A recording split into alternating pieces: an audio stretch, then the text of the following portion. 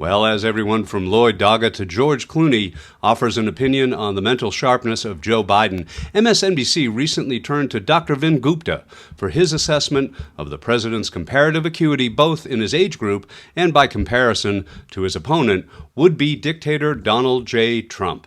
And on the side note, just to add another dimension to this demented discussion, let's say Trump is indeed experiencing age-related mental decline, which Dr. Gupta and many other very smart, very smart people have raised as a significant counterpoint to the press's preoccupation with Joe Biden. Well, is it not responsible to add that aspect to any analysis of Trump's march to totalitarianism? God said, I need a corrupt man who is above the law and immune from justice. So God made a dictator. God said, I need a man who will use violence to seize power. So God made a dictator. God said, I need a man whose followers will call black white, call evil good, and call criminals hostages. So God made a dictator. So he wouldn't just be a dictator, but a dementia-prone dictator with total immunity. Where the hell are my keys? And if you don't find them for me, off with your head. Well, time will tell. But most recently, Dr. Gupta tells it like it is and offers some insightful perspective on Biden's performance, but also flags serious concerns about Trump's lack of coherency in key public moments. Now, before we get to that, let's hear some comments from Dr. Gupta regarding President Biden's mass diagnosis by the media and what his clinical take is on the president's fitness. Dr. Vin Gupta, what's your take on what has become really the story, the only story of the day, it seems, and that is Joe Biden's mental acuity? What do you make of the debate, and what do you make of his recovery from it? Well, Mika, I thought you laid it out there really nicely, which is to say I care for many octogenarians, and I would say from a cardiovascular standpoint and what we've seen from a mental acuity standpoint, take that last night. You mentioned it with the NATO summit. There's going to be days that are better. There's going to be days that are not as good. Cardiovascularly, he's in excellent shape. I'm a pulmonologist. I see this all the time in octogenarians. I think he's actually quite high functioning as an octogenarian and keeping up that schedule. Well, let's give credit where credit is due. Biden has maintained a significant campaign and especially governance schedule that most would wilt under. I mean, Hillary Clinton once described the presidential campaign as being so brutal on the mind and body, you'd have to be crazy to go through with it. Well, keep in mind, that's how serious Biden's commitment is to preserve our democracy. In fact, between now and election night, the estimate is Biden will log something like more than 15,000 miles of travel. Now, when was the last time you saw Trump walk a golf course or carry his own bag? So what other important insights does Dr. Gupta, who sees octogenarian patients all the time, offer on MSNBC? Let's have a quick look. And so, just from this is a subjective conversation. Zeke is offering his opinion. I can tell you what I see in my own clinic, and what I see clinically.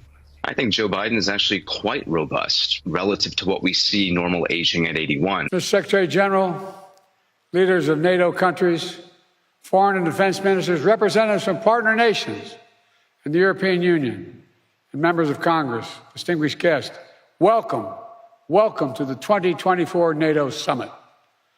It's a pleasure.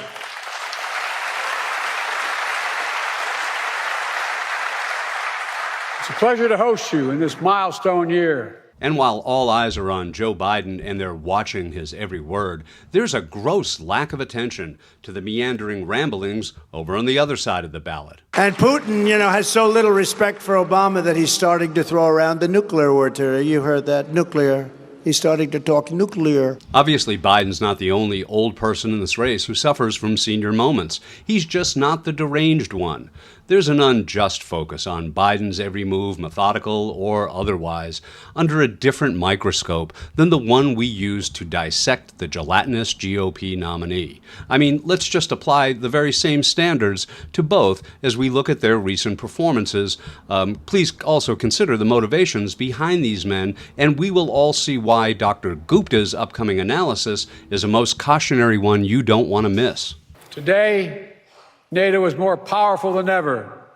32 nations strong. I didn't even know what the hell NATO was too much before, but it didn't take me long to figure it out, like about 2 minutes. This moment in history calls for our collective strength. Autocrats want to overturn global order. A waitress came over, beautiful waitress, and I never like talking about physical. She's beautiful inside. I said, "Sir, Chris Christie is not a fat pig. Please remember that. He is not a fat pig." Terrorist groups continue to plot evil schemes, cause mayhem and chaos and suffering. Let's look at the Washington Monument. Let's go and look at some of the beautiful scenes, and you end up getting shot, mugged, raped. So in this final and very important clip that you're about to see, Dr. Gupta proffers a qualified medical opinion about the other senior candidate and his questionable mental capacity. And, well, as you'll see, there may well be a possible health reason for Trump's cognitive lapses. More broadly, what I would say is exactly to your point. We don't talk enough about his opponent. There are signs of forgetfulness, judgment issues. We saw that last night in the speech he gave in Florida. The exact same things that we're talking about and scrutinizing the president about, certainly we're seeing symptomatic in former President Trump. More broadly, just zooming out again, it's really important how we talk. Let's forget the 2024 election. Let's just focus on cognitive testing. This has now become a bad phrase, and I worry about that. Less than 20% of individuals 65 years of age and older, Mika, actually voluntarily even seek out any type of brain health support. There's many reasons that are reversible if somebody is experiencing age-related decline, like hypothyroidism, vitamin deficiency. Now wait, I'm no doctor, but in my own Hugh Laurie way, I think I might have found the problem. The cognitive issue? It's Trump's vitamin deficiency. Now, what's your favorite thing here, Mr. President? I like it all. It's all good stuff. Do you Great American food. President Trump likes fast food. A lot. Sure, nutrition could be the reason behind Trump's cognitive falters. Maybe the brain fog from the cornucopia of Big Macs are impairing his good judgment. Or maybe if we lower that stethoscope from his temple to his chest, aha, there's the culprit. It's not a vitamin deficiency, or excessive sweating, or morbid obesity. Clinically, his condition is termed coronary discoloration, compounded by an acrimonious disposition. In layperson's terms, we're sorry to tell you, Melania, but your beloved husband suffers from a black and vindictive heart. But with this diagnosis, it's not the convicted felon and GOP nominee who needs to get his affairs in order. It's us. We need to get our affairs in order because the only cure for Trump's disease is a long recuperation far, far away from the stresses of looting our American democracy. Next patient, please.